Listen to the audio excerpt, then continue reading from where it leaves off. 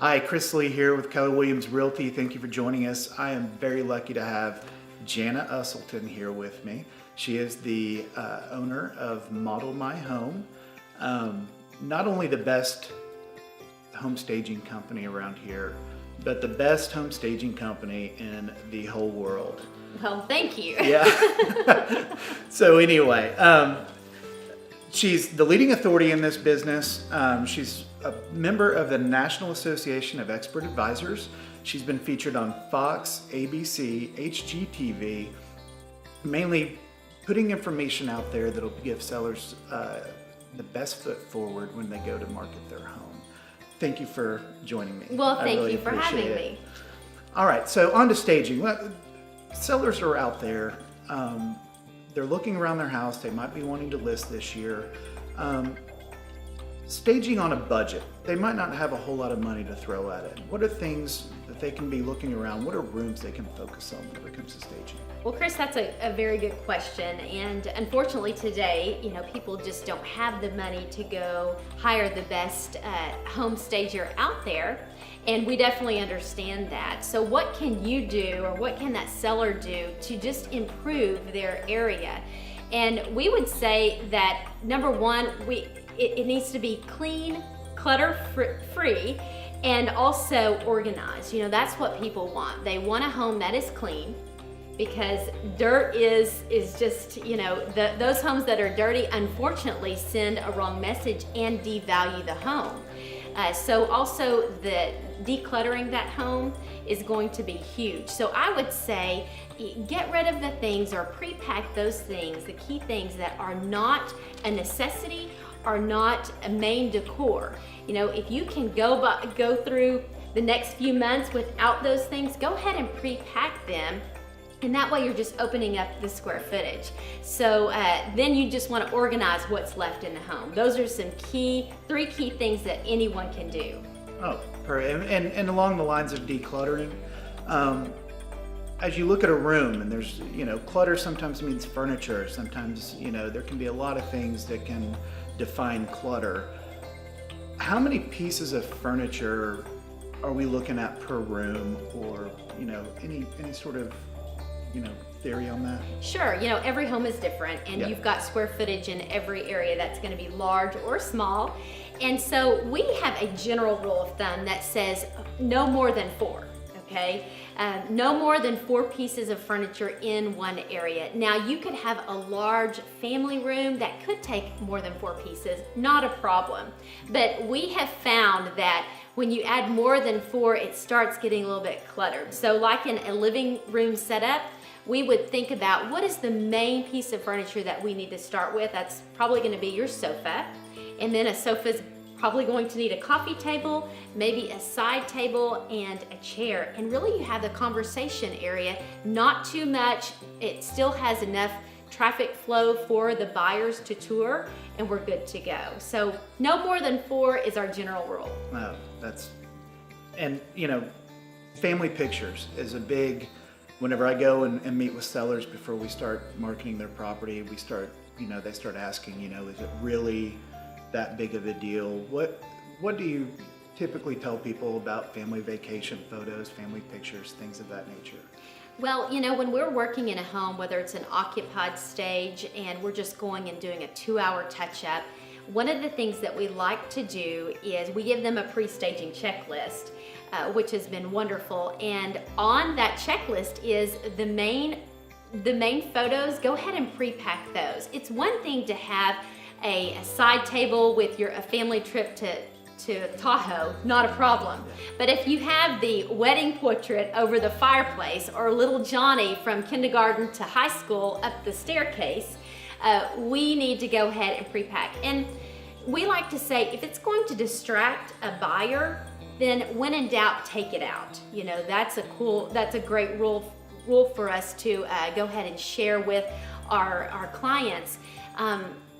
You don't want to take all the personality out of a home, but just a few key pieces here and there as far as photos, not a big problem. If it's going to distract me and as a buyer walking through, then go ahead, when in doubt, take it out. Yeah, showcase the home. too many times people are walking through, they start looking at pictures, and whenever I'm showing buyers or I'm with them, I see that happening. I stay on the task. So it really takes away from showcasing and really doing the best that you can. There are people out there I've seen walking into homes. There might not be people that need a full staging job, but there are partial staging. I know Right. is an offering that you guys do and really good at. How do you partially stage a home? What goes into that?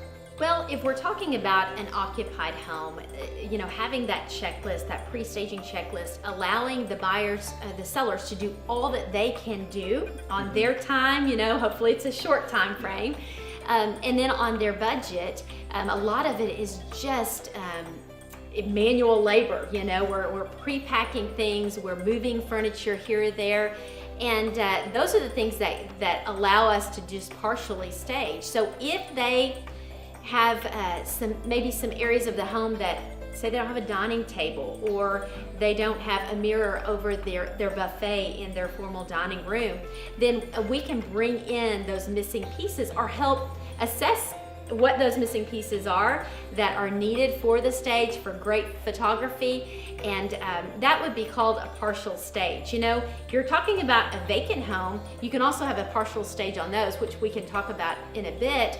But that's just not filling a home totally full of furniture, but just having some key pieces that are going to define that space and allow that buyer to connect. Yes, and which moves on. A lot of people, whenever you're getting ready to sell in the dining room, and what she mentioned, a missing table. Why would we have a missing table? You never know. Sometimes you might be moving into a new home and you might be getting a bigger table, and you might sell that table. And it really helps to fill that room. Vacant. Speaking of filling rooms, Yes. Vacant homes. Our favorite. I've had, in this crazy market we're in, there's a lot of great homes are going really fast. So there's some people that are able to buy their home, move into it, and then put their vacant home on the market. Or investors. Builders. Whoever might have builders, Right. whoever might have a vacant home. Right. What are some facts about staging a vacant home? And That's a great how it question, and we're in the supply and demand, all of these market trends do trend, and before we hit such a market where inventory was lower, we were showing statistics of vacant homes selling for 10% less than market value, and it's seen as a distressed property. As the seller, you don't even think about that. You know what it looked like with your furniture in there. You know what it felt like. But unfortunately, to that buyer coming in where they are wanting a dream home, now it's just four walls staring at them. And we like to say that a vacant home is almost like a naked home, right? We need to clothe it for the occasion. So having some things in there to define those spaces, give it a little bit of personality. You usually want your home to be very neutral so that anyone can move in. So that's the skin of the home, the paint, the carpet, the tile work, very neutral. So it's a good clean palette, but then you can bring some color, some key color in with the staging and clothing that home properly. So we show that within 2 weeks, over 90% of the homes that we stage, which primarily are vacant, have an accepted offer. And in many cases, that's multiple offers. So the whole reason that I even started this business is because we had a vacant home to sell that was not selling. We put some things in to that home and staged it. With that was the only variable. We didn't even reduce the price, and we had 2 offers within 2 weeks. So the rest is history. I mean, we believe in staging vacant properties. We know agents do. Good agents understand that. And now it's just that seller conversion that you really have to think about.